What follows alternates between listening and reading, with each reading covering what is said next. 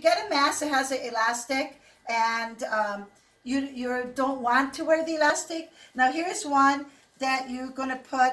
This is using a t-shirt tie. So you would put it behind your neck, and then you can make this fit like this, and then you do this, and then you can tie it in the back like this, okay, in a bow.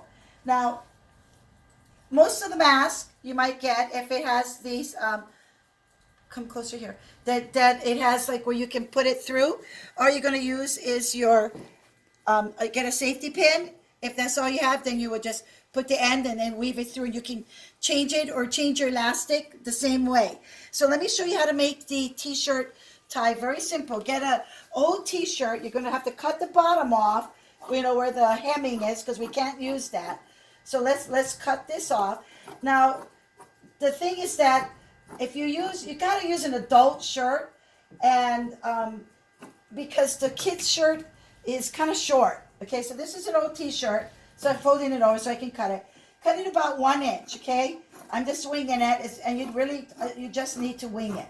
Now you got this circle. There's no seam. Now if there's a seam, it will not stretch. You will have to cut the seam off. Okay, some shirts got seams on the side, but this one doesn't have any seams. Keep it whole. Then all you do is just pull this. Okay, just pull, stretch, like this, and now you got yourself your tie.